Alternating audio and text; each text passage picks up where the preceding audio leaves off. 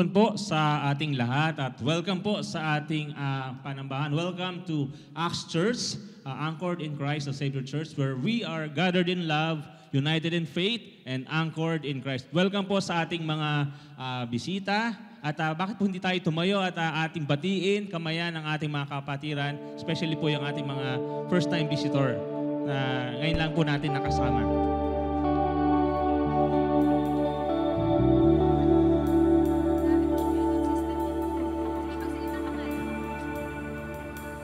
So, napakaganda po na makita tayo ay nagkakasama-sama at nagkakamayan, nagkakamustahan sa loob ng isang linggo. Hindi tayo nagkita-kita, kaya salamat sa Panginoon na muli ay dinala niya tayo dito sa ating panambahan. Praise God po, praise God. Ayan, so ang saya po na makita niyo mga ngiti. Ayan, at bago tayo magpuri sa ating Panginoon at bago tayo manalangin, basahin ko muna yung sinasabi sa Psalm 66 verses 1 to 5. Sabi ito, "Shout for joy to God, all the earth. Sing the glory of His name. Make His praise glorious. Say to God, how awesome are your deeds. So great is your power that your enemies cringe before you. All the earth bows down to you. They sing praise to you. They sing the praises of your names." Verse 5, "Come and see what God has done, His awesome deeds for mankind." Hallelujah, hallelujah. Tayo po'y manalangin. Hallelujah, hallelujah, Lord. Tunay, Panginoon, na amin pong nakikita ang iyong kabutihan, iyong kapangyarihan na ginagawa po sa aming mga buhay, O God. Kaya marapat lamang po, Panginoon, na kayo ay aming sambahin, papurihan at sa Espiritu at katotohanan, O God. Kapag kayo lamang po, Panginoon, ang karapat dapat tumanggap ng aming mga pagpupuri at pagsamba. Maraming salamat, Panginoon, God. Salamat, Panginoon, sa isang linggo na nagdaan na kami po ay inyong sinamahan sa lahat po ng aming mga ginawa, sa aming mga trabaho, sa aming mga tahanan, sa aming mga eskwelahan, sa lahat po ng aming mga ginawa at mga pinuntahan. Palaging nariyan ka, Panginoon. Tapat ka nga sa iyong mga pangako na hindi mo po kami iiwan o pababayaan man, Panginoon God. Maraming salamat, Panginoon God. Panginoon, maraming salamat din, Panginoon, sa katagumpayan ng gawain kaninang umaga sa aming medical mission, Lord. Salamat sa mga kababayan namin na tumungo doon sa lugar na yon para magpa-check up, Lord. Salamat na naipakita namin ang aming pagmamahal sa aming mga kababayan, O God. Naipakita din namin, Panginoon, yung tunay na diwa, Panginoon, ng pagtutulungan, O God. Salamat sa partnership ng Shifa Al Jazeera, Panginoon, gaya din po ng mga pharmacy sa Bahrain, O God. Salamat, Panginoon, na ang mga bagay na ito ay nakakapag reach out sa aming mga kababayan, O God. Kaya Lord, lahat ng ito ay aming pinagpapasalamat sa iyo, O God. Lord, amin din pong inihingi ng kapatawaran ng mga bagay, mga nagawa namin o mga nasabi na hindi po kaaya-aya sa inyong harapan, O God. Lord, pakalinisin mo nga po ang aming mga puso, ang aming mga isipan, Lord, upang malaya kami, Panginoon, na makapagpuri sa iyo, O God. Sasamba kami sa iyo na ikaw lamang po ang aming itataas at papupurihan, O God. Lord, amin din pong itinataas ang mga tatayo, ang mga magbi-minister po sa hapon ito, O God. Kayo nawa ang makita, kayo ang mapapurihan sa kanilang mga buhay, O God. Sa aming mga sayawan, sa aming mga tinig, sa aming mga sayaw, sa aming mga palakpak, ito'y amin lamang iniaalay sa inyo, O God. At sa lahat pa po ng mga magmi-minister sa hapon na ito, O God, kayo po ang mapapurihan, O God. Sa mga kapatid namin na on the way pa lamang po papunta dito sa aming gawain, O God, ingatan mo rin po sila, O God, at makasama namin sa aming gawain, sa aming panambahan, O God. Gayun din, Panginoon, sa iyong mensahero na magbibigay at magbabahagi na iyong mga salita, Panginoon. Salamat, Panginoon, sa mensahe mo po sa amin sa hapon ito at naway patuloy na lumaganap ang iyong kaharian dito sa lupa sa pamamagitan, Panginoon, ng mga salita mo, O God. At nawa, Panginoon, kayo po lamang ang maitaas, mapapurihan sa kanyang mga buhay, O God. Maraming salamat, Panginoon. At kaya nga po, Panginoon, lahat po ng bahagi ng gawain ito, O God, sa iyo namin po iniaalay, kayo lamang ang aming itataas at papupurihan. Po aming dalangin sa pangalan ni Jesus.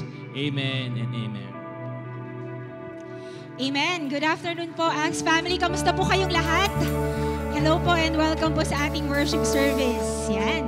So bago po magpasimula ang ating gawain, let's be reminded na ito pong bahagi ng ating worship service na ito ay hindi lamang po ito awitan. Definitely not a performance. We are not here to perform before you or to entertain you.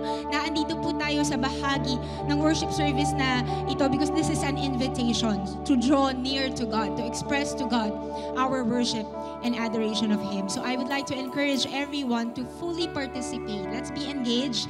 Let's participate dito sa moment na ito, bahagi na to. Although we know that worship is a lifestyle, it's all life, but then nandito po tayo. It's a beautiful moment, few minutes of expressing our worship and adoration of the Lord. Sabi po sa Habakkuk 2:14, at umakma rin po ang mga flag na napapansin niyo po ay nakapaligid sa atin. Sabi po sa Habakkuk 2:14, for the earth will be filled with the knowledge of the glory of the Lord as the water covers the sea. So what a promise, what a vision to hold on to. And as we look forward to that day, let's genuinely ask God to use us as vessels, as instruments, to declare His goodness, His glory, His mercy, His salvation. So let's offer these songs as our prayer to God. Let's sing to Him.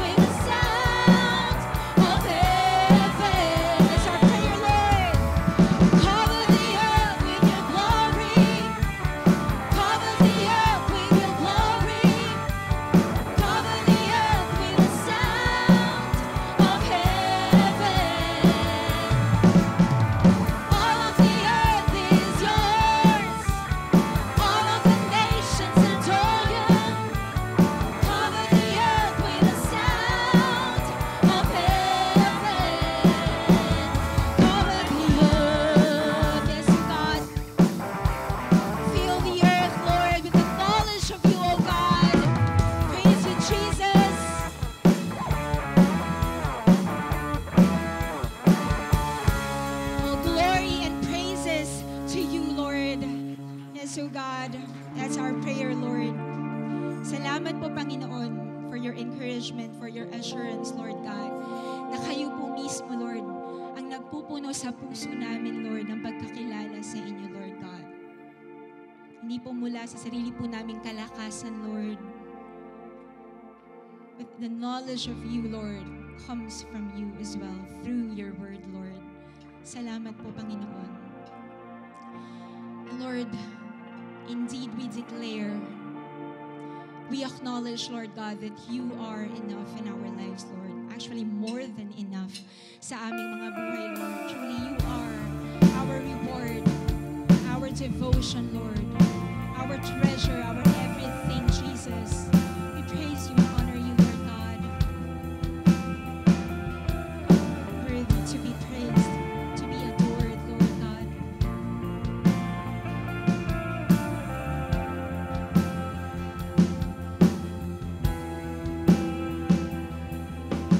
Christ is my reward and all of my devotion.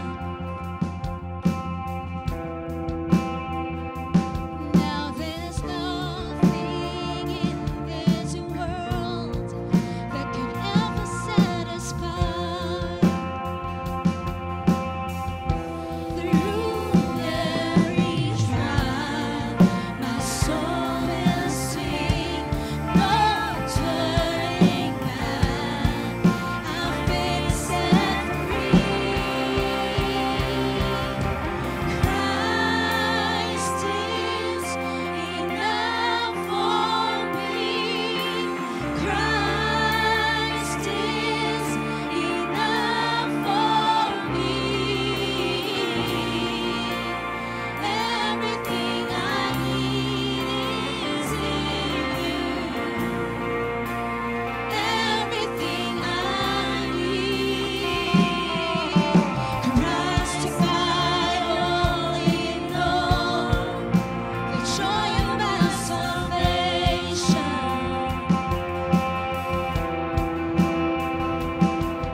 His hope will never fail. Heaven is our home. Through every storm, my soul will sing. Jesus is here. To God be the glory. Christ is enough for me. Christ is enough for me.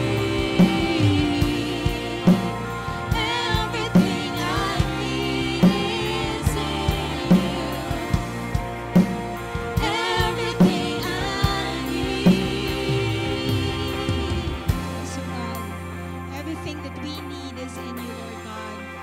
And now, Lord, this declaration, Lord God, we sing this, we declare this, Lord, by your grace, Panginoon, knowing, Lord, having confidence in your word that tells us, Lord, that it is you who work in our hearts to will and to act in order to fulfill your good purposes, Lord. You who began a good work in us will carry it on to completion. We put our full confidence in that, Lord. That's why we can say, no turning back, Jesus. Let's declare this by his grace. Praise you, Jesus. Let's sing.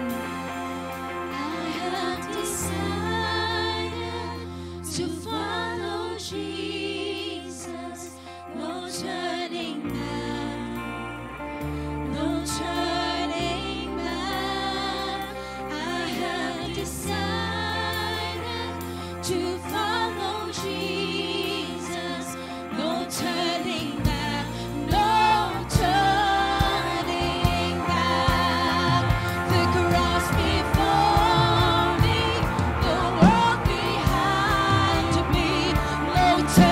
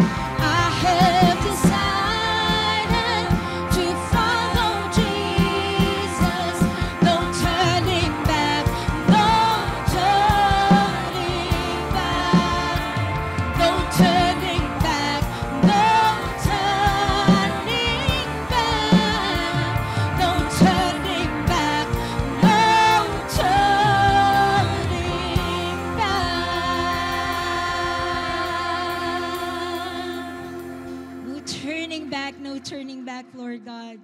And we can only say that, Panginoon, dahil kayo po ang unang nagmahal sa amin, Panginoon. You made the way for us to be able to draw near to you, O God. Truly, you are the center of it all, Panginoon. And you all things hold together. Jesus, we worship you. We adore you, Lord God. Praise you, Jesus.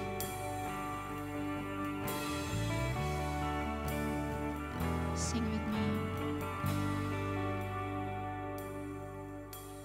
Jesus at the center of it all.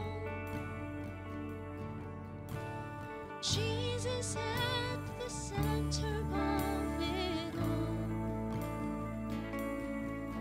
From beginning to the end, it will always be, it's always been you, Jesus. Jesus. Jesus at the center of it all. Jesus at the center of it all.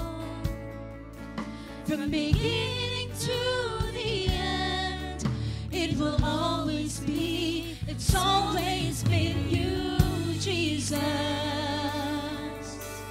Jesus, nothing else matters. Nothing in this world will do.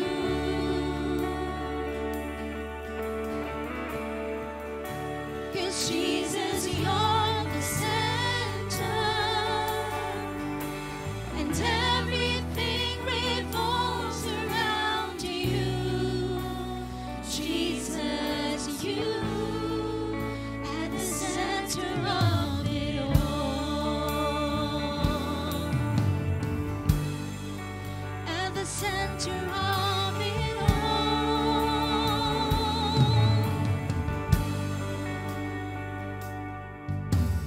Jesus, be the center of my life. Jesus, be the center of my life. From beginning to the end, it will always be, it's always been you, Jesus. Jesus, nothing else matters. Nothing in this world will do.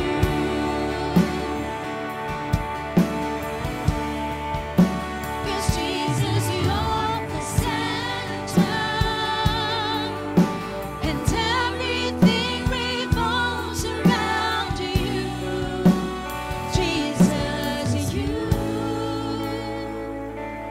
From my heart to the heavens, Jesus, be the center. It's all about you. Yes, it's all about you. From my heart to the heavens, Jesus, be the center. It's all about you. Yes, it's all about you. From my heart to the heavens, Jesus, be the center. It's all about you. Yes, it's all about you. From my heart to the heavens, Jesus, be the center. It's all about you. Yes, it's all about you.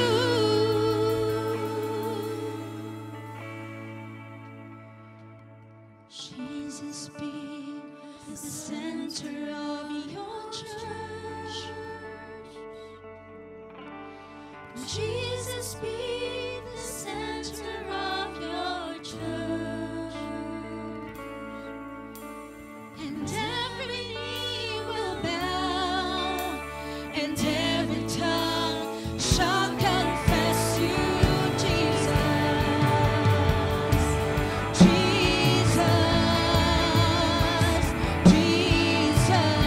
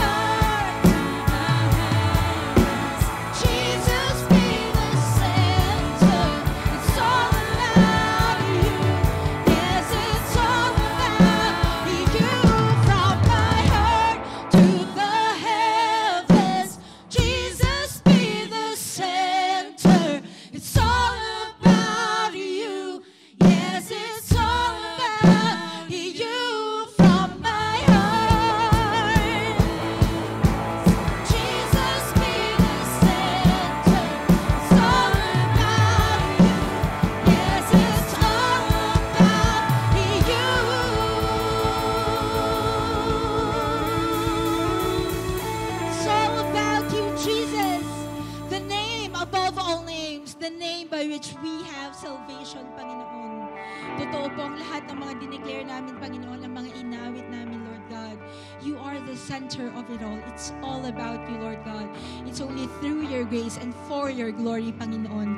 Sa inyo po namin ibinibigay, Panginoon, ang nararapat niyo pong tanggapin. Ang lahat ng aming papuri, ang lahat ng aming pagsamba, ang lahat ng aming pasasalamat, Panginoon. We praise you and honor you, O God. Thank you, Lord Jesus. Let us remain standing for the reading of the Word of God. The scripture for today is from the book of Romans, chapter 15, verses 22 to 33. We will read the verses responsively and on the last verse altogether. For this reason, I have often been prevented from coming to you. But now, with no further place for me in this region, and since I have for many years a longing to come to you, whenever I go to Spain, for I hope to see you in passing and to be helped on my way there by you when I have first enjoyed your company for a while. But now I am going to Jerusalem, serving the saints. For Macedonia and Achaia have been pleased to make a contribution for the poor among the saints in Jerusalem. For they were pleased to do so, and they are indebted to them. For if the Gentiles have shared in their spiritual things, they are indebted to do them a service also in material things. Therefore, when I have finished this and have put my seal on this fruit of theirs, I will go on by way of you to Spain. I know that when I come to you, I will come in the fullness of the blessings of Christ. Now I urge you, brothers and sisters, by our Lord Jesus Christ and by the love of the Spirit, to strive together with me in your prayers to God for me, that I may be rescued from those who are disobedient in Judea, and that my service for Jerusalem may prove acceptable to the saints, so that I may come to you in joy by the will of God and relax in your company. Verse 33 altogether. Now the God of peace be with you all. Amen.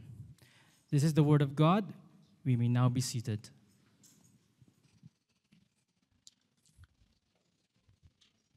Magandang hapon po sa atin lahat. Maligayang pagbati po ang pinaabot ko sa inyo. Welcome po sa ating pananambahan. At sa hapon pong ito ay patuloy po nating pag-aaralan. Actually, huling yugto na ng series natin ng Setyembre. So, ang ating pong tema sa buong pag-aaral natin is about kingdom living in the real world. Ito po ay isang tema na may dugtong-dugtong na subtopic. At sa araw pong ito, pag-aaralan po natin about yung conclusion about kingdom mission.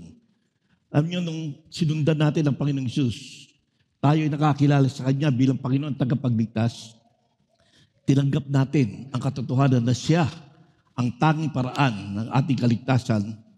We belong to the kingdom of God. And by belonging to the kingdom of God, we become partner in the kingdom mission. At kinakailangan lahat tayo ay sumama sa movement na ito.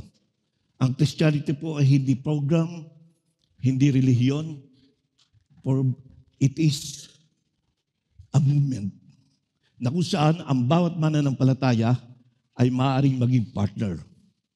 When Jesus said, "Follow me, and I will make you become pieces of men." You know yung verb na make, it means to form, to fashion you, to enable you. So it means when we follow the Lord Jesus Christ, He will enable us to preach the gospel. He will make us available. He will passion us to carry the message of salvation. So when Jesus tells na, "Come follow me, and I will make you pieces of men," we commit we commit ourselves to follow Him. At kung sinasabi po natin na we are followers of Jesus Christ, and yet we are not sharing the gospel, the blessings of the gospel, we cannot truly say that we are following Jesus fully. So, una po natin tatalakayin yung topic natin, yung title, which is Partnership in the Gospel. So, gusto ko pong ipaliwanag sa inyo, ano bang meaning ng gospel? So, the word gospel means good news. Pero ano pong ibig sabihin, what it means na ito ay good news? It is good news because the gospel has a transforming power. The gospel brings greatest blessing na pwede nating matanggap. No? It brings us hope when there is despair in our lives. It brings freedom when we were in sin, when we were slave in sin. And most of all, the gospel brought reconciliation sa atin patungo sa Ama through the finished work of the Lord Jesus Christ. So ultimately, the gospel is not just a message. It is God's decisive answer to humanity's greatest need. So Paul articulates this message in 1 Corinthians chapter 15, verses 3 to 4. Ang sabi niya, "For I delivered to you as of that importance that what I also received, that Christ died for our sins according to the Scriptures, and that He was buried, and that He was raised on the third day according to the Scriptures." This is the gospel in the simplest form. Hindi po ito abstract na theology because it is the heartbeat of the gospel. So when Paul became a follower of the Lord Jesus Christ, it became his mission. Actually, life mission. At nung meron siyang pinuntahang church, especially sa Galatia, merong ibang gospel na hindi galing sa Panginoon. Ang sabi niya, "Woe is me if I do not preach the gospel." So ganun po kahalaga ang gospel kay Paul. So in Romans chapter 1 verse 16, sabi niya, "For I am not ashamed of the gospel, for it is the power of God for salvation to everyone who believes, to the Jew first and also to the Greek." Paul sees the gospel as powerful, and he was not ashamed to share it. And in fact, dito niya inialay ang kanyang buhay. In the later stages of his life, he was committed to be a vessel of the gospel. So like Paul, tayo po'y tinatawag din na maging partner ng gospel movement.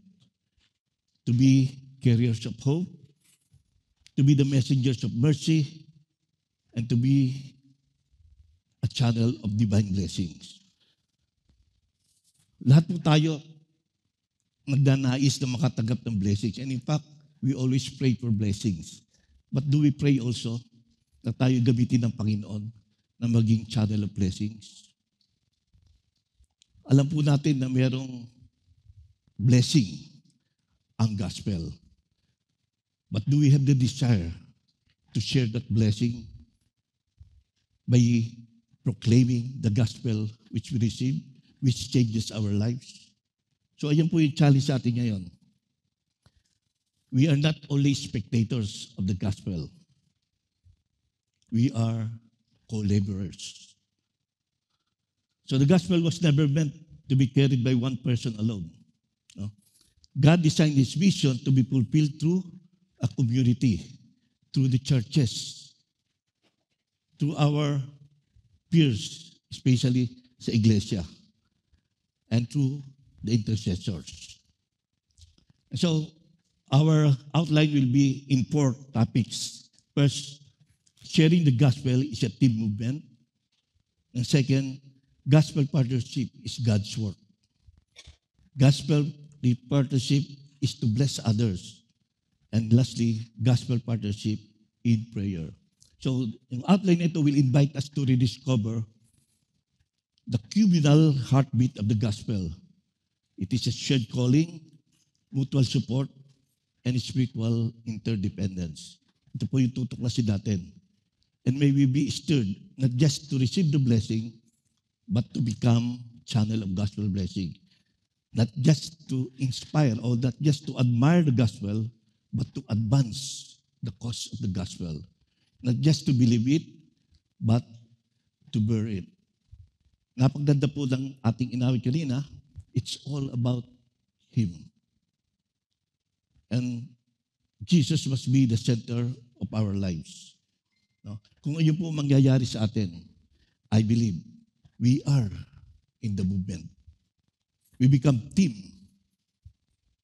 na mag-i-spread ng gospel because of our transformed life.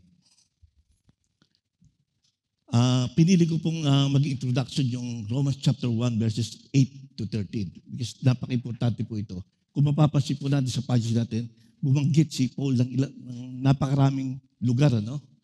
So sa passage po natin, hindi po ito parang nag-describe ng trick, no? O itinerary ni Paul. May reason, no? Kung bakit niya ito ay binabanggit ng napakaraming lugar. So makikita po natin ang background nito sa kanyang letter, sa umpisa ng letter niya, sa Romans chapter 1. Romans chapter 1, of course, is addressed to the believers in Rome. No?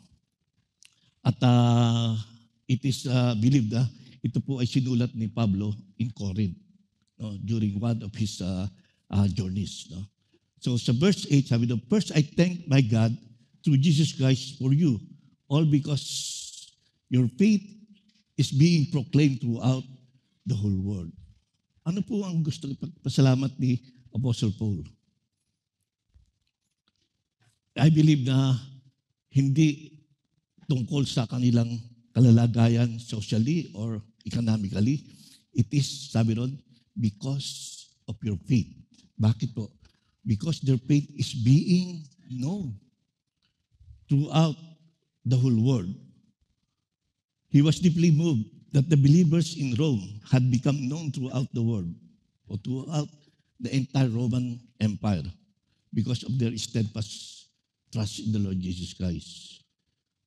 Ang reputation nila as a believer echoed throughout the empire. Pero ang tanong, paano nakarating ang gospel sa Rome? Sino po ang founder ng church in Rome? Interestingly, hindi nakarating pa si Pablo nung sulatin niya ito. That's why, meron sinasabi niyang, ang desire niya ay mabisita ang Rome. No? Okay, so according to there's a 4th century church father, no, na nagkaroon siya ng isang pagsusuri. Ang sabi niya, it is established that the Romans had embraced the faith of Christ, although according to the report of none of the apostles. But as soon as they had believed, they kept the faith with such tenacity that although the world was against them, they could not be forced to worship idols. So ano pong ibig sabihin nito? Walang nag-found na apostles. Pero paano nakarating ang gospel? So sa Acts chapter 2, ito magbibigay sa atin ng light, paano nakarating? Ito po yung mga tao, yung mga bisita na nagpunta sa Jerusalem during Pentecost. And at that time, Pentecost is a known festivity sa Jerusalem. Marami mong bisita na mga taga-iba't ibang lugar, mga Hudyo na na-exile at bumibisita, bumabalik sa kanilang pinagalingan. Ang sabi doon sa Acts chapter 2 verse 10, Phrygia and Pamphylia, Egypt, and the districts of Libya around the Cyrene, and visitors from Rome, both Jews and proselyte. So, yung mga visitors na to, nakarinig nila yung preaching ni Peter during the Pentecost. And they heard the gospel. And so when these visitors from Rome return to their places, they accept the gospel. And they shared the gospel to their fellow Jews and some Gentile proselytes. And that was a cause, no, na nagkaroon ng vibrant community of faith, so influential that Paul said, your faith is being reported all over the world. So ano pa makikita mo natin? In founding or in forming a church, you don't need a missionary or a pastor. A movement of believers can raise a church only if the believers stand in their faith, share the gospel, and then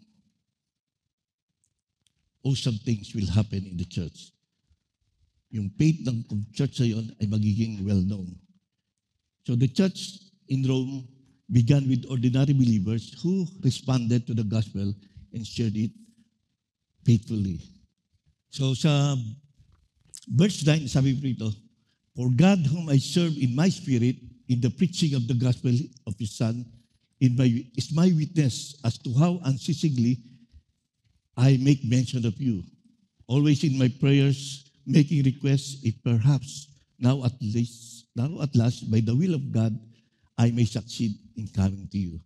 So dito pala makikita natin na there is a desire in Paul na mabisita yung church na yun. Dahil bumilib siya. No? Hindi niya alam kung sino nagplant ng church na yun.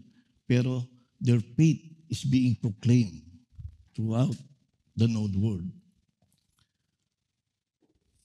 So, the message they received had produced a vibrant testimony, echoing throughout the empires, their faith. No? Hindi naging passive yun, but it was active, visible, and contagious, na talagang lumakas ang iglesyang iyon. So, ang nais ni Paul, bisitahin na yun, hindi upang mag-build ng church na iba ang nagpundar, no? It was not his intention. Ang kanyang intention is to encourage their faith. No? Na sila ay patuloy na lumago. Sila ay magpatuloy sa kanilang natagpuang pananampalataya. And secondly, to strengthen a partnership. Dahil maganda ang kanilang simula. No? The gospel was evident in their life. For Paul, advancing the gospel was never a solo mission. It was a team movement. Nakita niya na yung iglesia is not just a recipient of grace, but they are co-laborers in the vision of Christ. Sa verses 11 to 12, sabi dito, For I long to see you so that I may impart some spiritual gifts to you, that you may be established, that is, that I may be encouraged together with you while among you, each of us by others' faith, both yours and mine. So, ano makita po natin dito? Sharing the gospel, no, is a mutual relationship. No?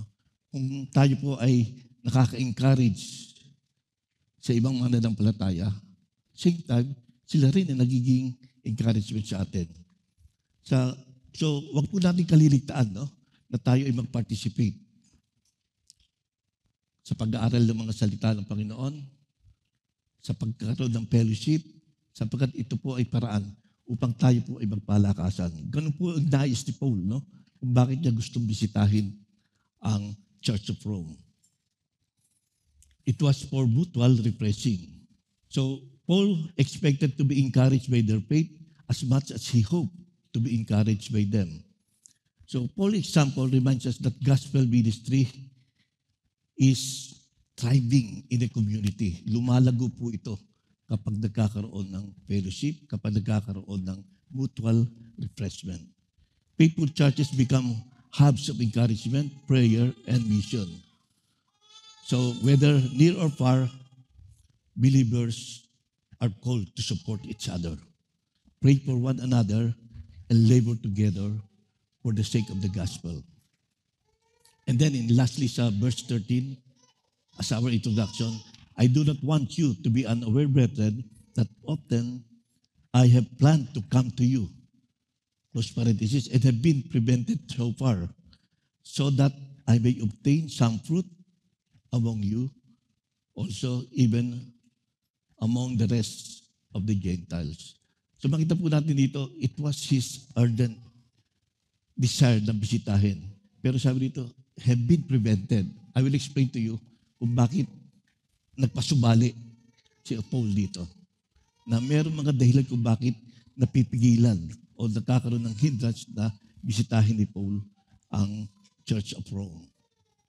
So his desire to visit the believers in Rome was not driven by personal convenience. No?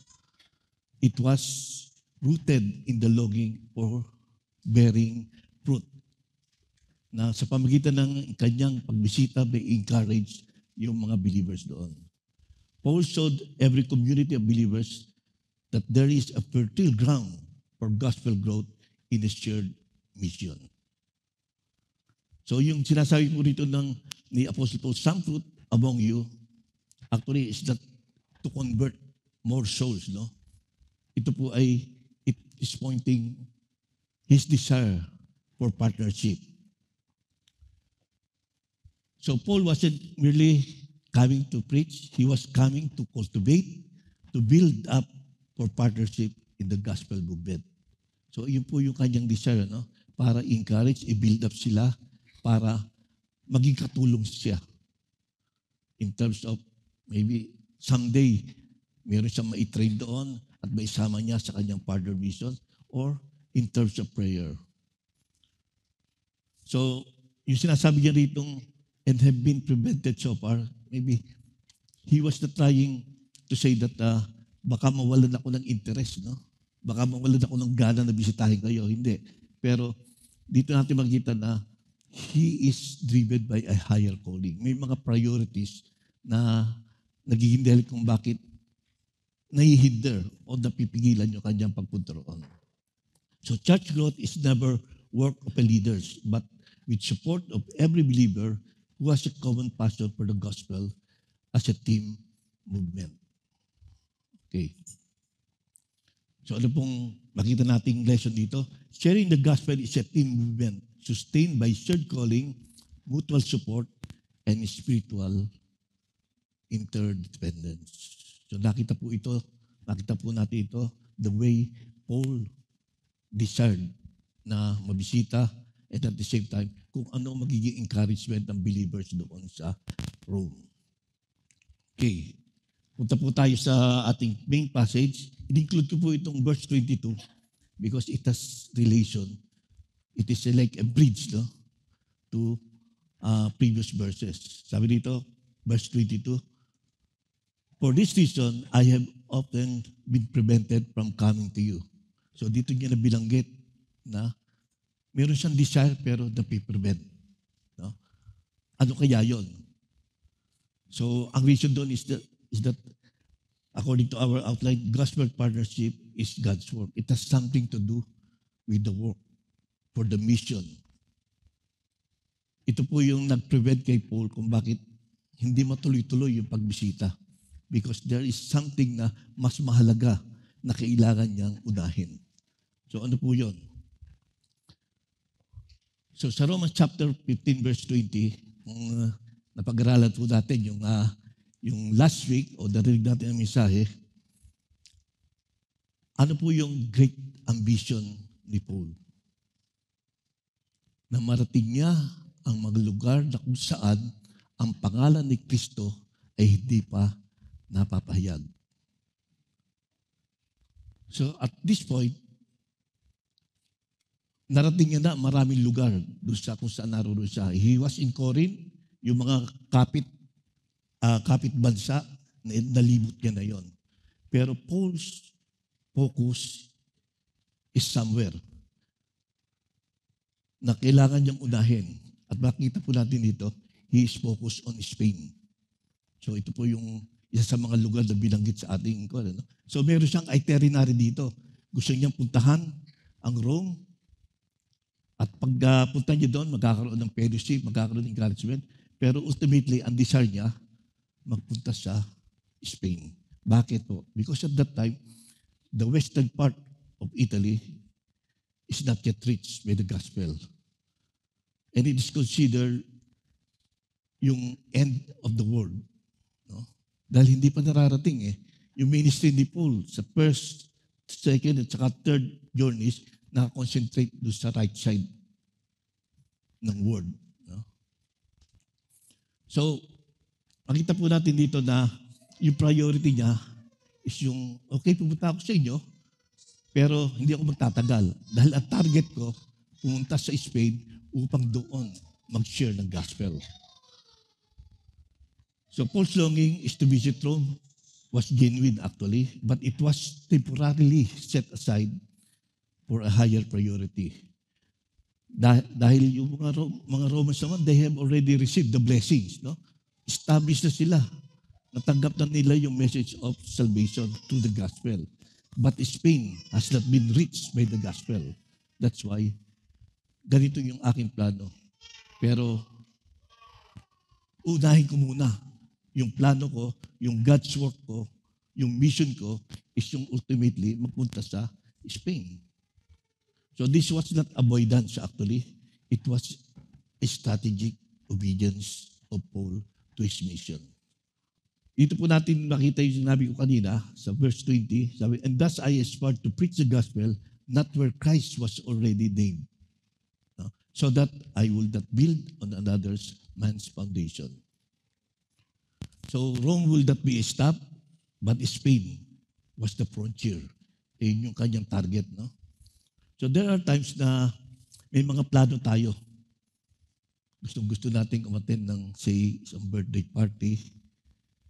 But sometimes we are forced na i-cancel yun o i-postpone dahil meron tayong nakitang mas mahalagang commitment na nakita natin na dapat naroon ako.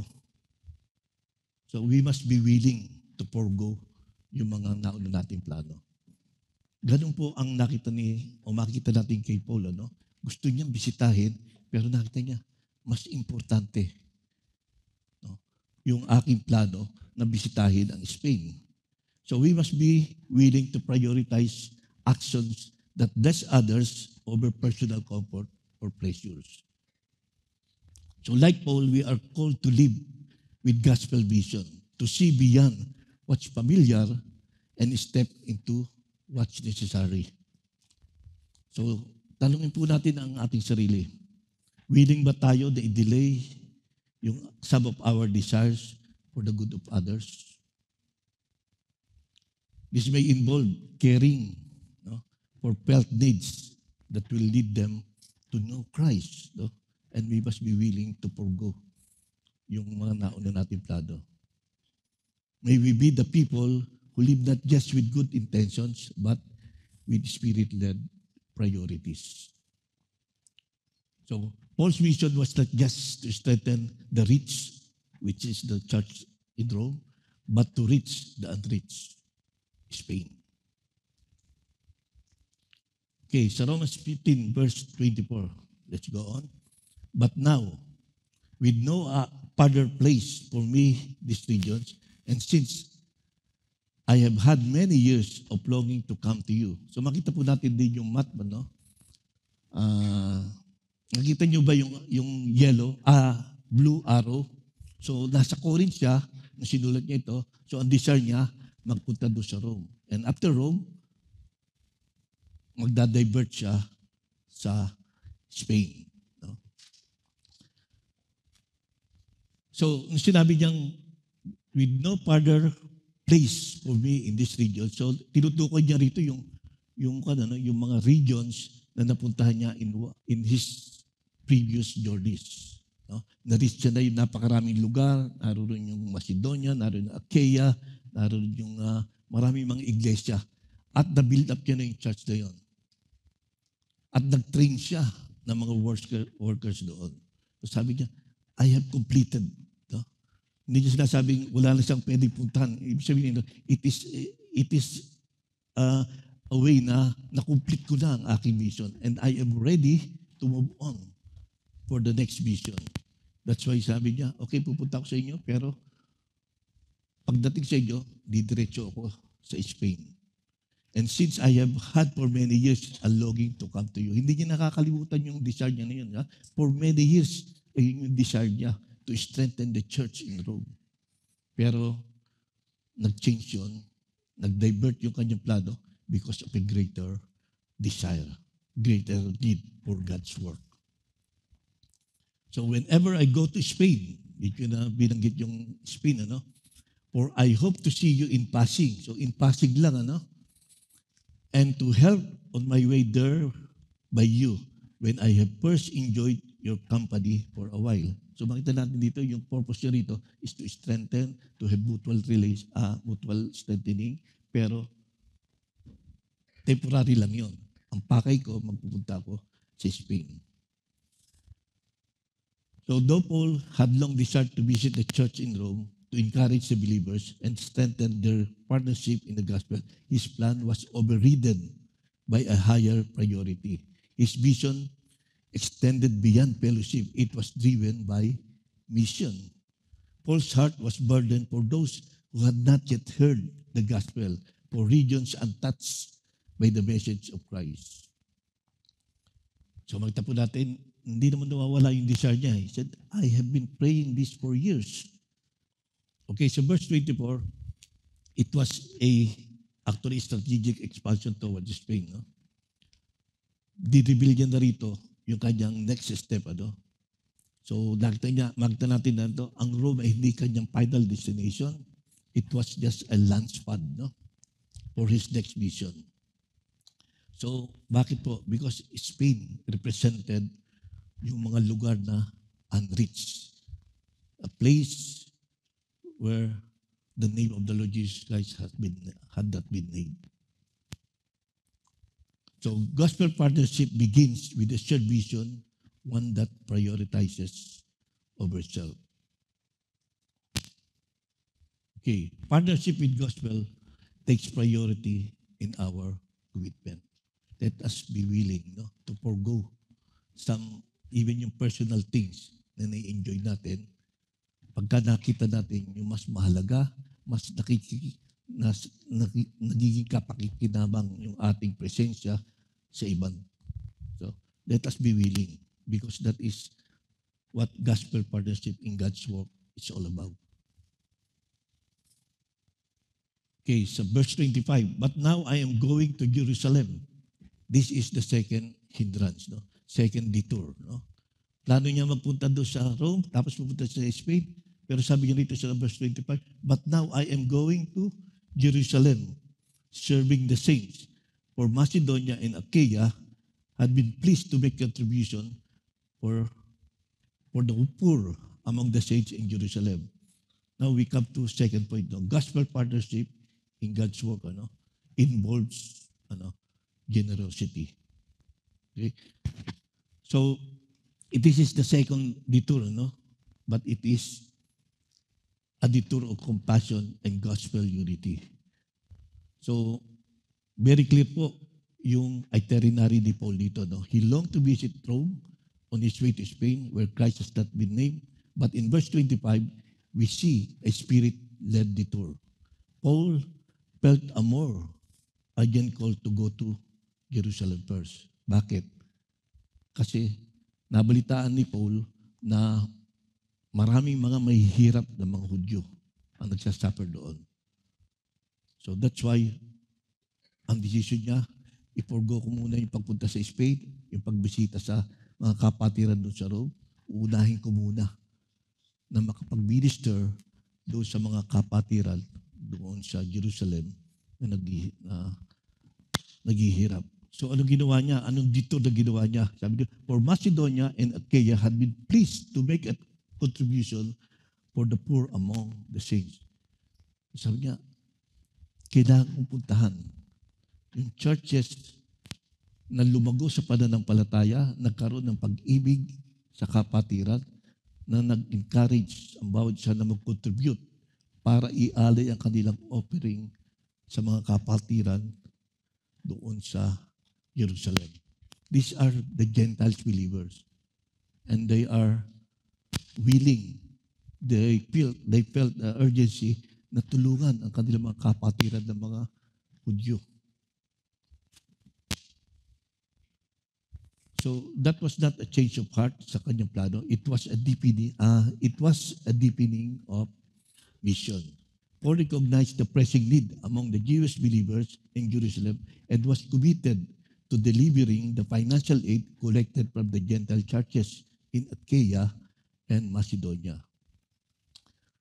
So ano po makikita natin dito? It was a powerful symbol of gospel partnership. Gentile believers, once outsider, now shared in the spiritual blessings of Christ. Their material offering was a tangible expression of fellowship, humility, and shared identity in the body of Christ. So these churches, once recipients of the gospel through Paul's ministry, had grown in maturity and love. No? Nagkaroon ng bunga yung ministry ni Paul nung i-share niya ang gospel. No?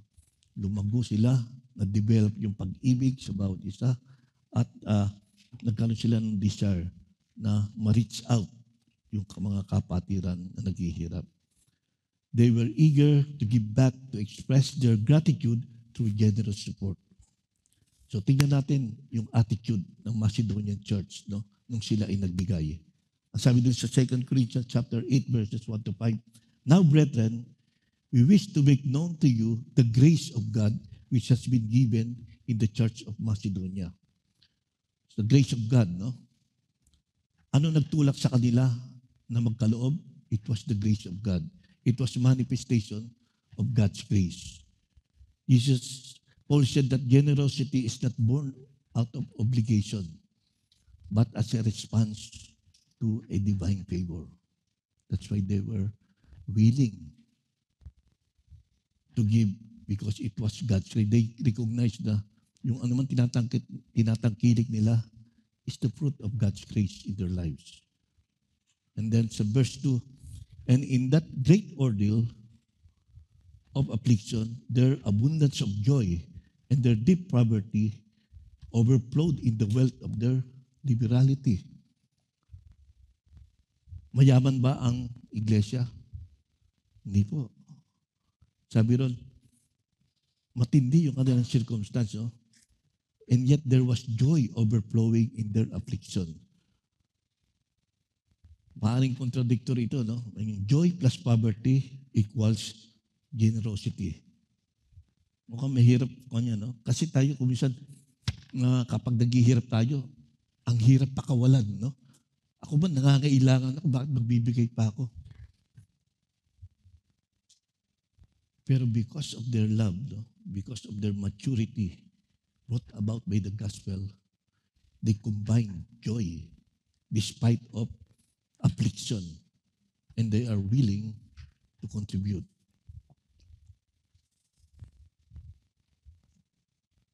So their giving was not hindered by hardship, it was amplified actually by it.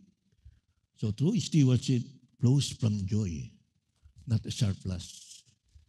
Maraming iba na may intention na mag-contribute. Sabihin nga, kung meron lang ako, magbibigay ako. No? Giving is not conditional, no? But if it comes from the heart, no, we will be able. Then sa verse 3, "For I testify that according to their ability and beyond their ability, they gave their own accord." So ano po makikita nyo dito? Beyond their ability. There was no coercion. There was no manipulation. Just voluntarily na nagkalob sila. It was a sacrificial giving. So it was a faith-driven risk of generosity. No worries about the result of their generosity. No? Baka pagka nagbigay ako, anong kakainin namin bukas? Baka mangungutang na lang ako. Pero that was not in their heart. No? They gave voluntarily. Then verse 4, begging us with much urging for the favor of participation in the support of the saints. So nagmamakaawa pa sila, no? So there was willingness, no? They showed giving as a privilege. It's not a burden. So, hindi yun fundraising drive. Because sabi niya, they pleaded to give. Tanggapin mo. Please, Paul, dalhin mo yung aming kaloob doon sa kapatiran doon sa Jerusalem. And then verse 5, and this, not as we had expected, but they first gave themselves to the Lord and to us by the will of God. So makita po natin dito yung extension of their total surrender. No? It involves their pocket. So giving flowed from devotion, not a duty. Okay, let's go to verse 27. We now go to the gospel partnership to bless others.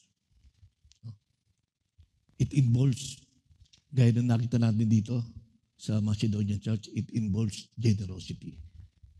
Pagka naging partner po tayo sa gospel, it may involve our generosity. Yes, they were pleased to do so, and they are indebted to them. For if the Gentiles have shared in their spiritual things, they are indebted to minister to them also in the material things. So this is the reason why they gave voluntarily, willingly, and with joy in their hearts. Dahil nakita nila, yung blessing na tanggap nila by the gospel, it was brought to them by the Jews, kailangan suklian nila yon with material blessings. That is a very powerful message ng gospel. It unites the believers. So their generosity was not just an act of kindness. It was a joyful response to grace and a recognition of spiritual debt. The gospel had come to them through Jewish believers, and they now saw it as both privilege and a duty to support their Jewish brethren in their poverty. So the point is clear. No? Point was telling those who receive spiritual blessings should be willing to share material blessings.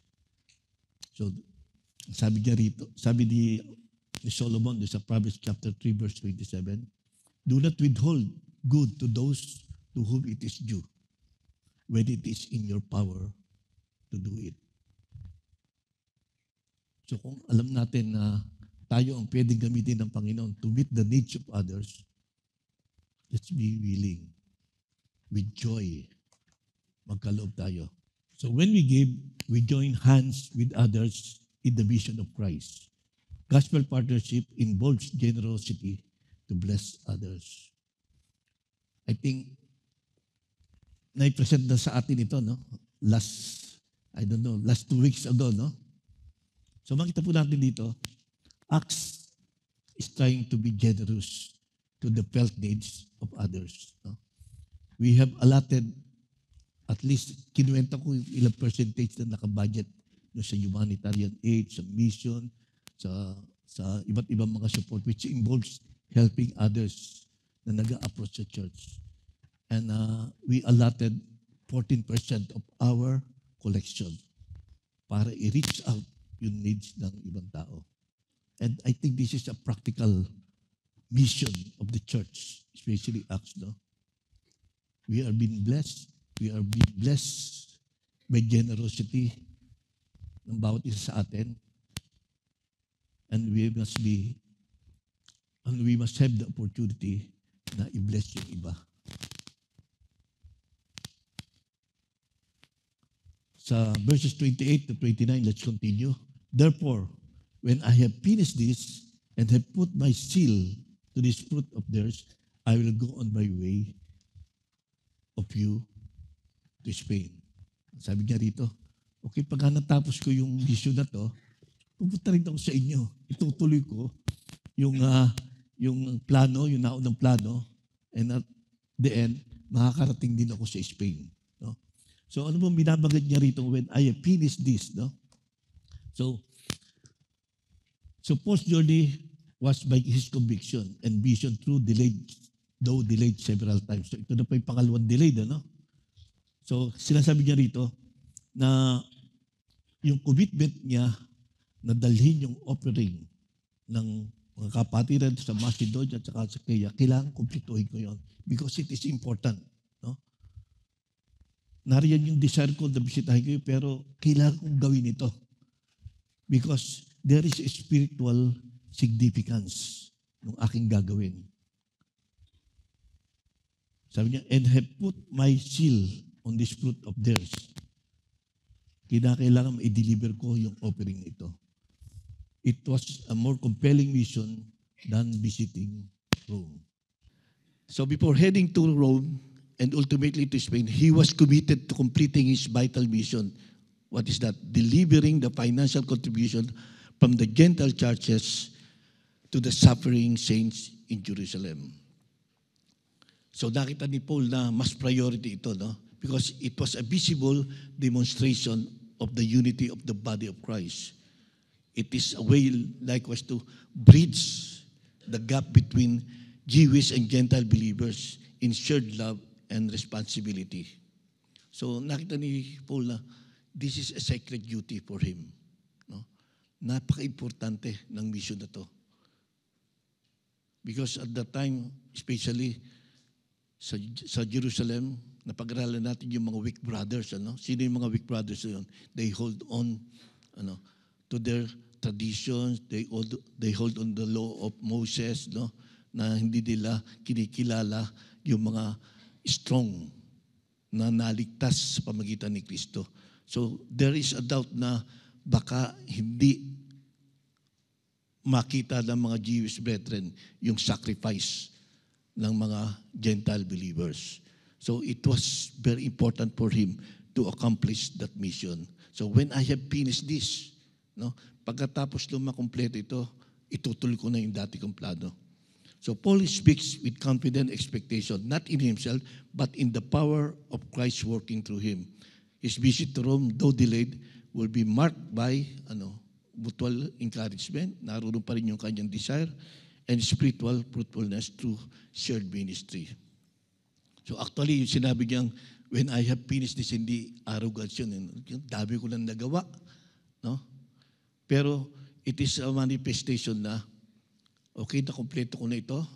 Meron naman akong na-train ng mga leaders doon. No? I can go on the next step.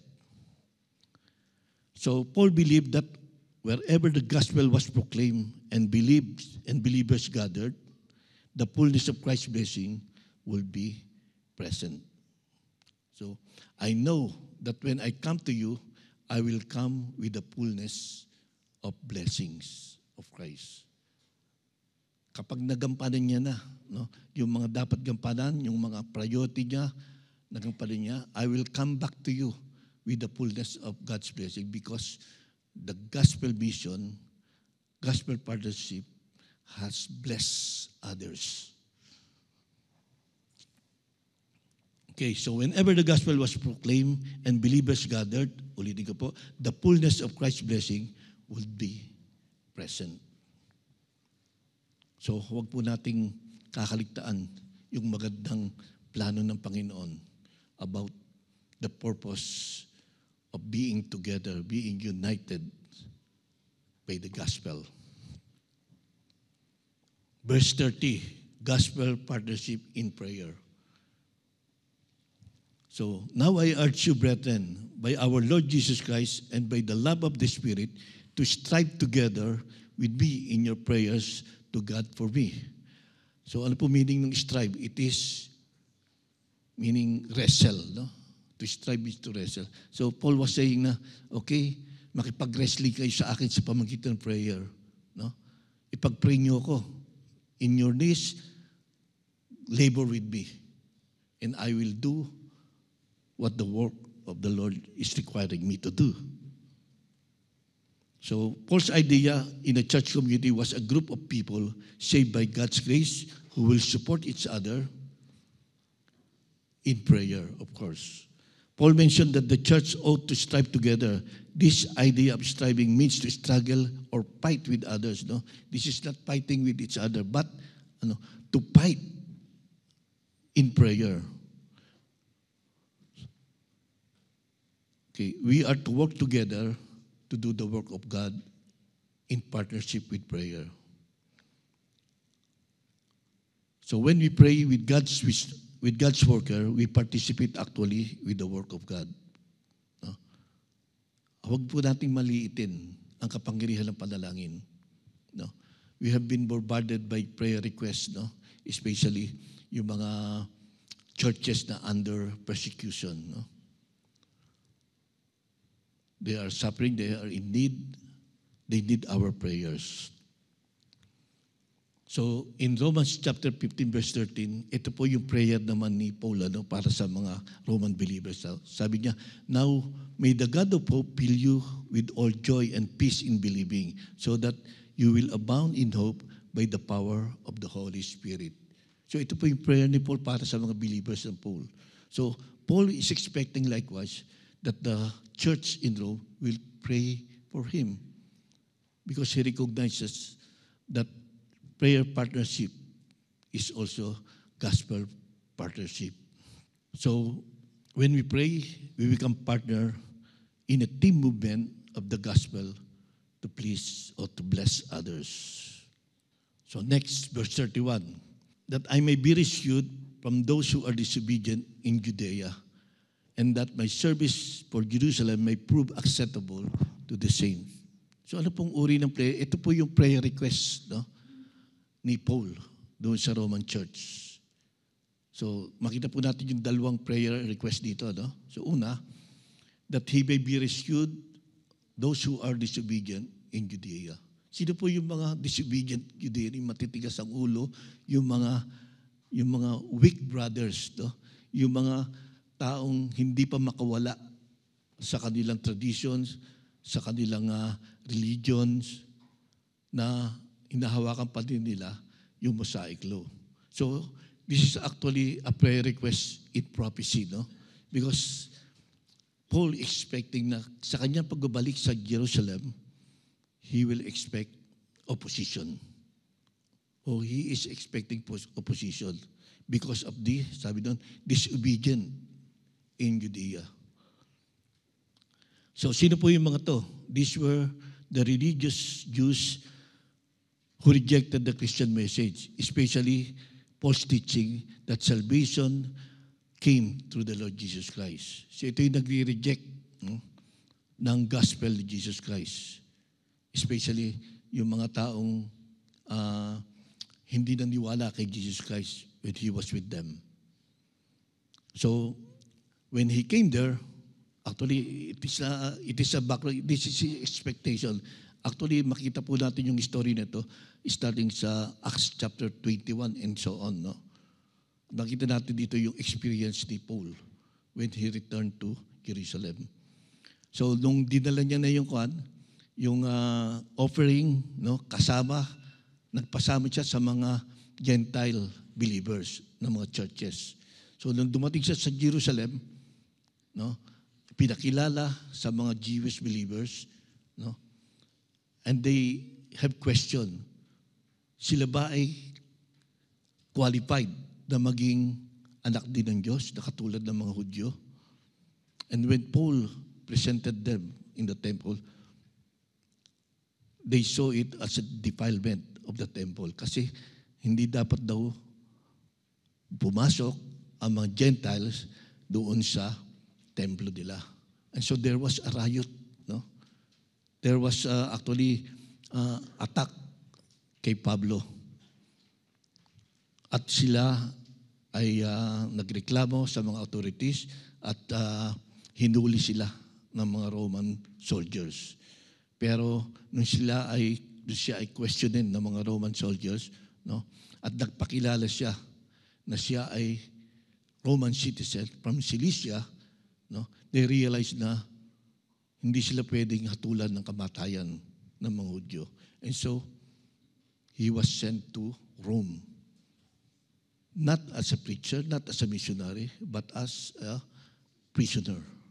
No? He was sent there in chain. No? And along the way, he suffered shipwreck. He suffered attack by the mob. He was beaten by a snake. No? Until he was jailed in Rome. But But we can see here that yung pangarap niya na makarating sa Rome ay narating niya. Pero not in the way na ina-expect niya. Pero ultimately, naging blessing din. Because during his imprisonment, that was the time na sumulat siya sa churches sa Galatians, sa Ephesians, sa Colossians, sa mga Thessalonians, ang personal letter niya kay Timothy at kay Philemon na nagiging basihan natin ng ating Christian conduct. So we can see here that the gospel ay pwedeng marating even in na hindi natin pinupuntahan yung mga lugar na nais nating puntahan. Now we have a powerful platform, no? We can send gospel messages through TikTok, through Messenger, through Viber, through Facebook. And I believe na pwede nating gayahin yung ginawa ni Paul, no? While he was in prison, he was able to encourage those churches. And by doing that in our time, no, I believe that we are becoming partners of the gospel. And not only that, when we pray, when we support with our generosity, it is a big contribution as gospel partner. And second request niya is that my service for Jerusalem may prove acceptable to the saints. So ito na yung second option niya na kunin niya muna yung offering at i-offer yun sa mga kapatiran na naghihirap. So he believes that his effort, his vision to meet the need of those suffering, poor Jewish believers will accomplish its purpose. At nakita niya na hindi magiging walang kabuluhan yung kanyang decision. Na na-maintain niya pa rin yung kanyang mission to bless others by partnership through generosity. So application. No Christian workers, no missionaries, no pastor is above the need for prayers. Kailangan natin. If we are in a mission, if we are partnering with a team movement of sharing the gospel, of upholding the Lord Jesus Christ as Christ alone, we need the support of prayer. And then churches partner with gospel workers, not only with finances, but with faithful, fervent prayer. Ito po yung sinabi ni Hudson Taylor, who is a missionary to the China. Sabi niya, when he was asking prayer request for the mission in China, ang sabi niya, we are a band of men who have no one but God to depend. So nakita niya yung prayer para sa kanya will do a lot. No? And by that prayer, he believes that China mainland mission flourishes because of the prayers of believers. Let's continue. Verses 32 to 33. So that I may come to you in joy by the will of God and find refreshing rest in your company. Verse 33. Now the God of peace be with you all. Amen. So nakita ni Apostle Pablo na ang lahat ng pinapahintulot niya is all by the will of God. No? And it is a sign na submissive siya sa plano ng Panginoon. It was a significant thing na yung kanyang plano is all by the will of God. So, Paul's desire to visit Rome is filtered through submission to divine providence. He doesn't presume success or safety. He entrusts his journey to God's sovereign will. Ito po yung nag-e-echo doon sa verse na sinabi ni Apostle ni James, no? Sa chapter 4, verse 15, sabi niya, if the Lord wills, we will live and do that thing. No? So dapat ganun po yung ating maging tinatanong, no? Kung may plano tayo, let's always consider kung ito ay kalooban ng Panginoon. So, binanggit niya rin dito, refreshing rest. It is actually a mutual encouragement. No? So, dito natin makikita na he is always dependent, no?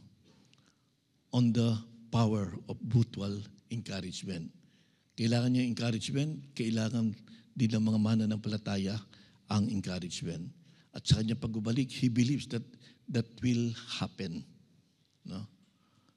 Although it is a prophetic request, and yet he is expecting na ito mangyayari. And I believe that it happened, no? Na during his imprisonment in Rome, he was in a house arrest.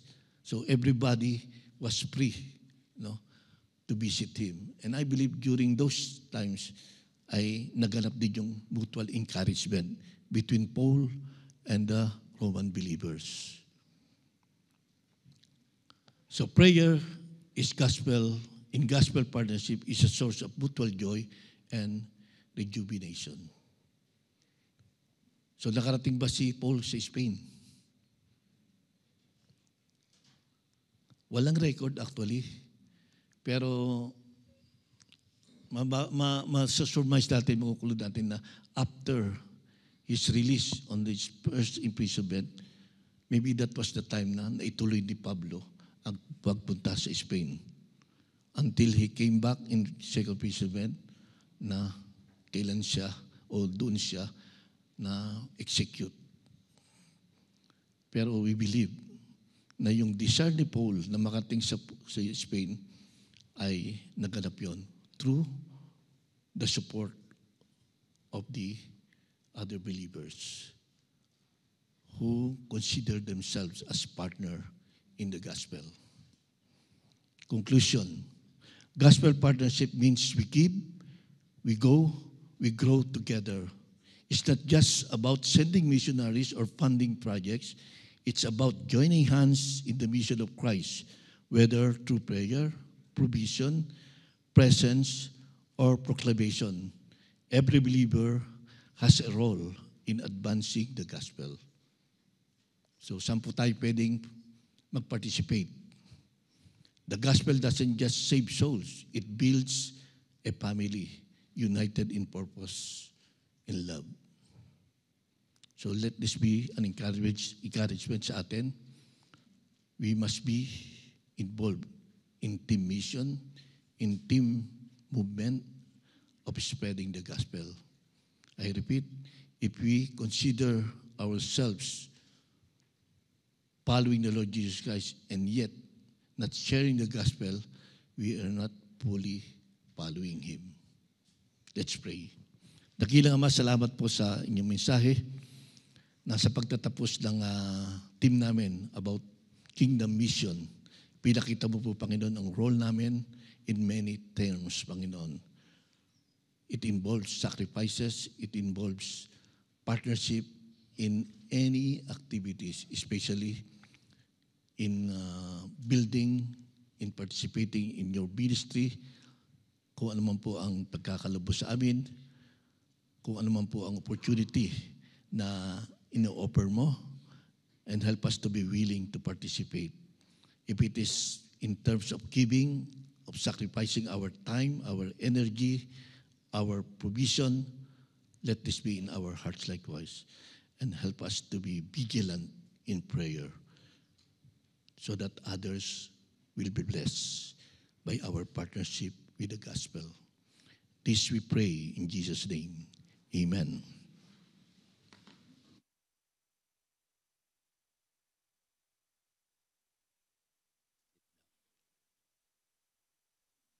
Even as we proceed do sa portion po na kung saan ay we will be celebrating and observe the Lord's table.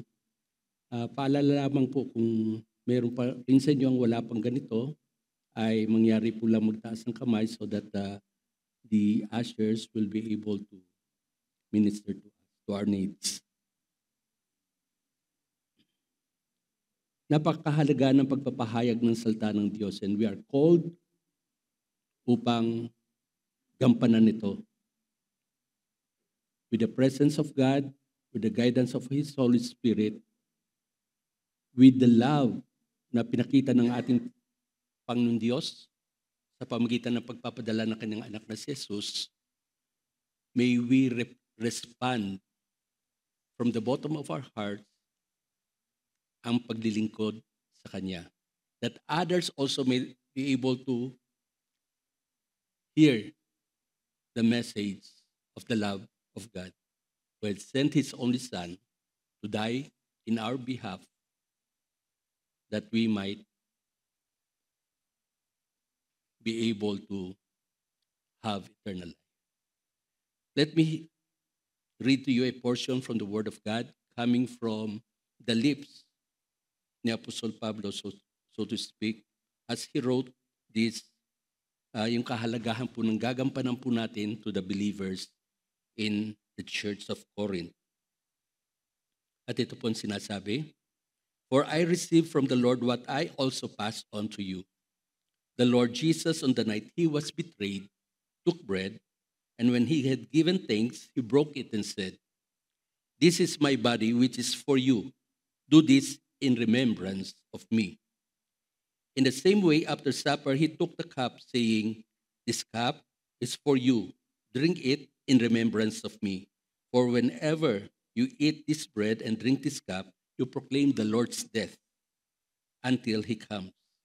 So then, whoever eats the bread of or drinks the cup of the Lord in an unworthy manner will be guilty of sinning against the body and blood of the Lord. Everyone ought to examine themselves before they eat of the bread and drink from the cup. For those who eat and drink without discerning the body of Christ eat and drink judgment on themselves. That is why many among you are weak and sick, and a number of you have fallen asleep. But if you were more discerning with regard to ourselves, we would not come under such judgment. Judged in this way by the Lord, we are being disciplined so that we will not be finally condemned with the Lord." The first thing that we have to do is to remember. Alalahanin po natin. Anong alalahanin po natin? About 2,000 years ago, a historical event had occurred. The Son of God, Jesus Christ, was hung on the cross, at yung kaunawaan na yon ay dapat po nating paniwalaan.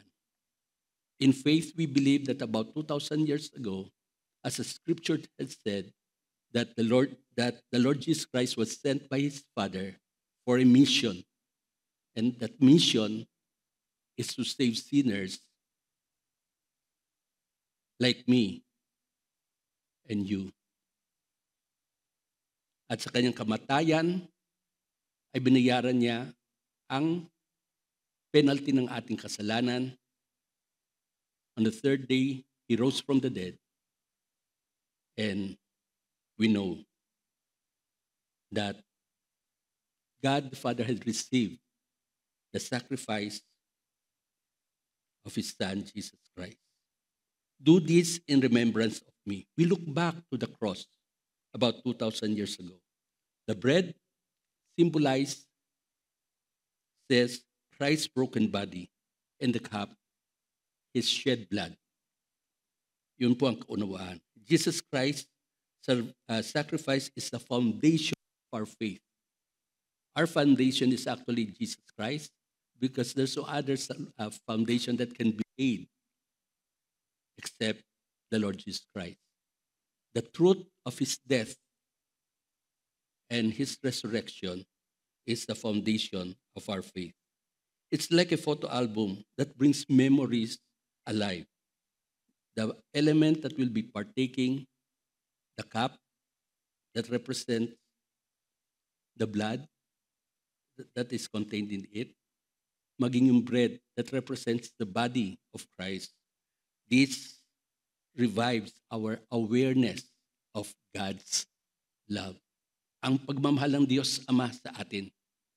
At makita rin natin ang pagsunod ng Diyos Ama, ng Diyos Anak, sa kalooban ng Diyos Ama.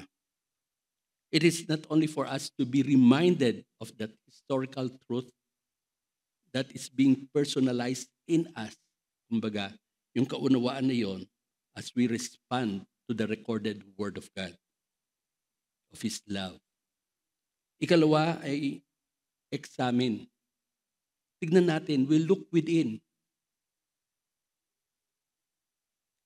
Maalala po natin mga kapatid that we remains to be sinner, but we were saved. And as long as we live here on earth, silang kadahilanan because of the sinful nature that is in us, ay nagkakasala pa rin tayo. But we need that live continually in sin. At kapag nagkasala tayo, kinakailangan natin lumapit sa Panginoon Diyos, humingi ng patawad sincerely, and in response, tayo'y papatawarin. Kasi yun sinasabi ng salita ng Diyos sa 1 John 1:8. At hindi lamang natin be reminded of the truth, of that biblical truth that Christ died on the cross to pay for the penalty of our sins. Hindi lamang kinakailangan na examinin natin ang ating sarili so that even as we partake these elements, hayaan na tayo ay as we partake it, na tayo ay nilinis ng Panginoon Diyos. Self-examination is not telling us to stay away, but rather to come rightly before the presence of God in the name of Jesus, sa pangalan ng kanyang anak na si Jesus. Spurgeon said, we cannot come because we are fit, but because we are unfit, needing the grace of God. And we have given that right to come before the presence of God because we are wearing the righteousness of the Lord Jesus Christ. It is not only for us to be reminded of what Christ has done on the cross because of the love of God. It is not only for us to examine ourselves within through the guidance of the Spirit of God, for us to come before the presence of God as we need His grace and His love. And we are assured that our prayers of confession will be forgiven as God knows our hearts. And then let us be prompted by the Spirit of God to proclaim this truth. Sabi sa verse 26, for whenever you eat this bread and drink this cup, you proclaim the Lord's death until He comes. We look forward. We look at the past event. We look within us. Then we look forward. Communion is a gospel proclamation. It speaks of Christ's past death, our present faith, and His future return. As MacArthur has said, the Lord's table is a sermon without words. Let us be reminded. Let us come before the presence of God once again.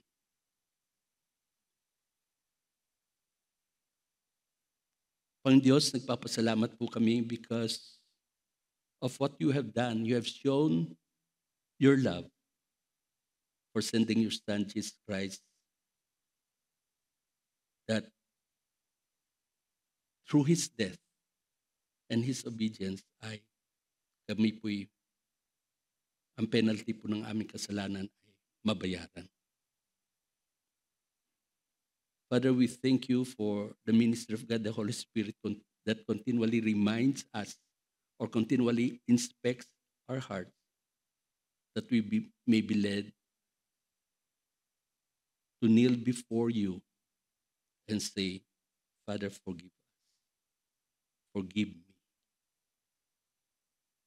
And thank you, Father God, because as you have done sa inyong pagpapadala ng inyong anak na si Jesus, ay nakita din po namin na this will prompt us to be reminded that as we observe sincerely itong gawain na ito, we are proclaiming the truth that Jesus will come back for us. And thereby, as we wait and await for your Son's coming back, His second coming, may we be able to, by your grace and your help, through the Holy Spirit, live our life, our redeemed life, so to speak, with power. Hayaan niyo po, Panginoon Diyos, tulungan niyo po kami to truthfully live out our faith. In Jesus' name we pray. Amen. Now may I request everyone to who will be participating to stand up. Ito pong tinapay na ito ay sumasagisag sa katawan ng ating Panginoon na nabugbog at pinahirapan at magbula sa Kanya sa ganung kalagayan ay siya'y namatay. He offered it for us. Tanggapin po natin.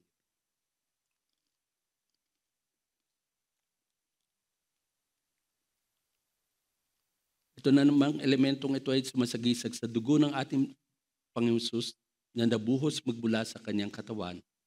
At dahil doon ay siya'y namatay. At sa pamugitan ng pagbubo ng dugo ay nagkaroon ng pagpapatawad sa ating kasalanan. Without the shedding of the blood, there is no remission of sin.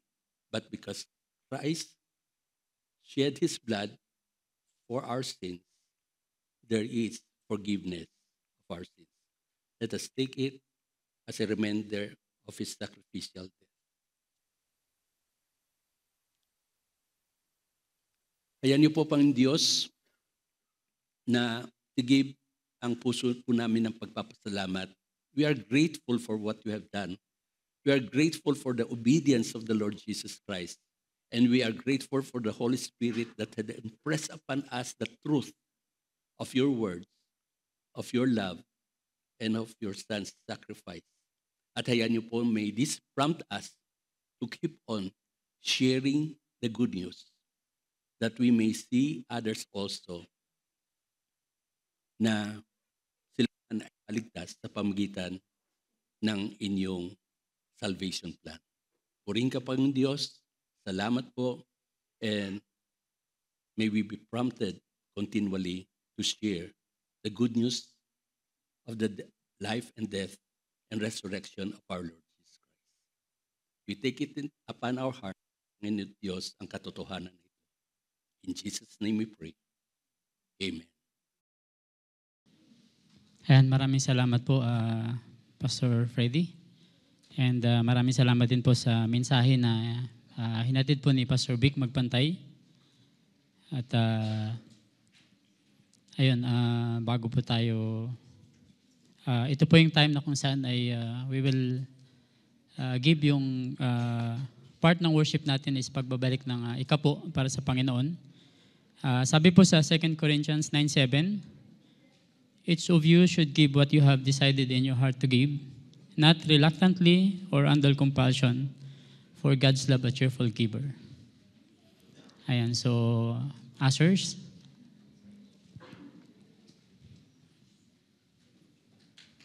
Ayan, so kung meron po tayong mga first-time visitors, maaari pong tumayo.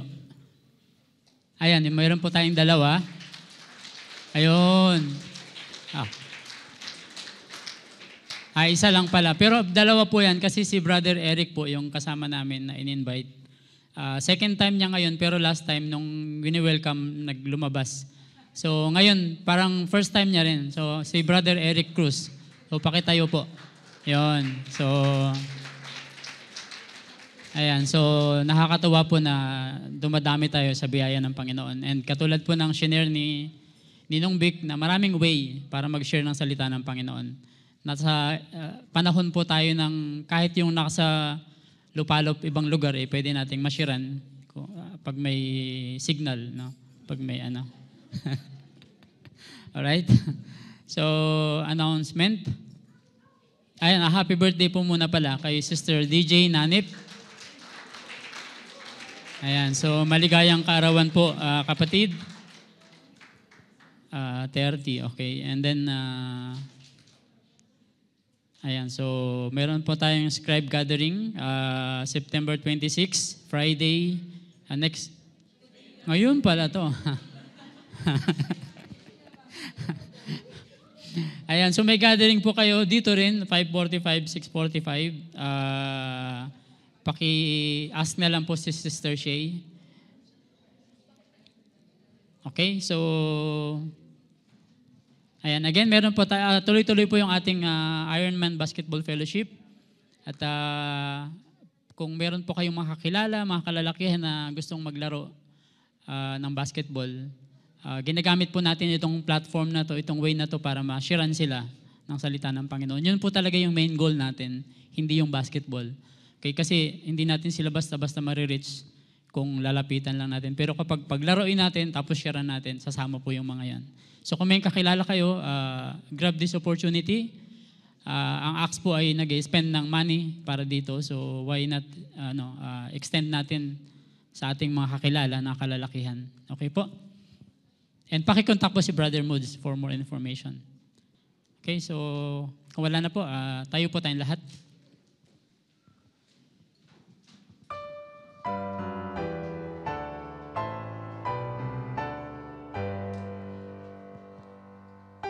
Praise God from whom all blessings flow. Praise Him, all creatures here below. Praise Him above, ye heavenly hosts. Praise Father, Son, and Holy Ghost. Amen.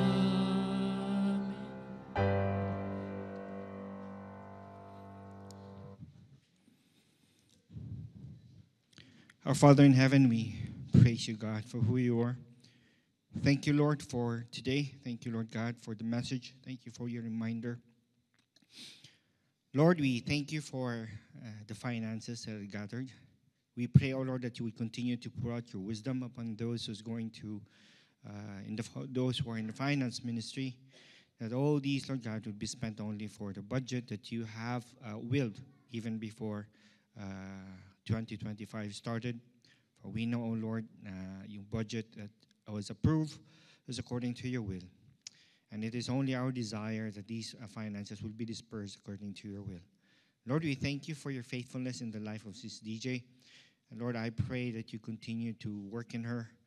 I pray, oh Lord, that your Holy Spirit will continue to lead her, to empower her even to preach the gospel and to number her days, that every morning indeed is a blessing from you. And teach her, oh Lord, to use her time wisely. And I pray that you will continue to put your hand on her and bless the work of her hand as well. And even every word that would come out from her mouth. And especially today, especially in the special day on September 13th. So, Father, we pray for those who are not, whose names are not written there. And even those who are celebrating anniversaries may always be the center of their marriage. And we pray, Lord God, that they would learn that life is indeed for Christ. And Father, we thank you for your message today. I pray, oh Lord, that you would work in every heart, in every soul in this place. And teach us, oh Lord, to prioritize preaching the gospel. To prioritize proclaiming the good news that we don't have to die for our sins, because Jesus Christ died for our sins 2,000 years ago, and he has risen to prove that his sacrifice was acceptable to you, hence provided salvation for mankind. And Lord, teach us also to care for others, especially for our brothers who are busy, who are striving to preach the gospel to places where Christ is not heard yet. Lord, we pray as well that you would continue to instill in our hearts that prayer is powerful, that we may pray for them, that we may pray that as they preach the gospel, your power will work in the words. As they proclaim externally, you will also work internally. And we pray, oh Lord, even that you would teach us to pray for our brothers, for their safety, for their needs. And also, Lord God, we pray, oh Lord, that you would make us persevere even in the midst of trials, as we are encouraged by and as we encourage others to go on preaching the things that truly matter in eternity, and that is the things we do for Christ. All this we pray by your will and by your power and by your providence alone. And now, may the love of God, salvation of the Son, and the power of the Holy Spirit be with us all. In Jesus' name we pray. Amen.